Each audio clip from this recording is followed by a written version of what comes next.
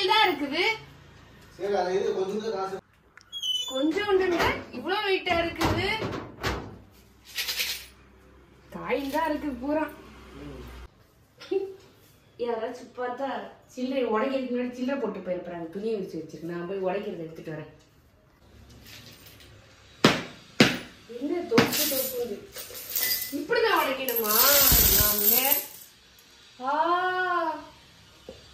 நான் கடைக்கு அனுப்பி அனுப்பி சில்லறை காசு மீதி எல்லாம் காணாம போனப்பயே யோசிச்சேன், எங்கடா போச்சு? பூரா இங்கதான் இருக்குது.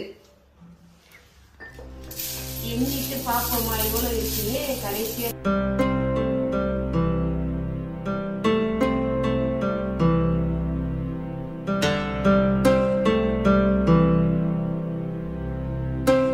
ஹாய் ஃப்ரெண்ட்ஸ், உண்டியல் உடைச்சதுல எவ்வளோ காயின்லாம் சேர்ந்துருக்குன்னு இன்னும் எண்ணல.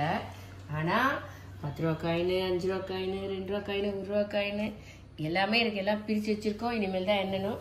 அந்த பக்கம் பாருங்க, நம்ம பழைய காலத்து காயின்லாம் இருக்குது. 10 காசு, 5 காசு, 1 பைசா, 50 பைசா, 25 பைசா. 25 பைசாவை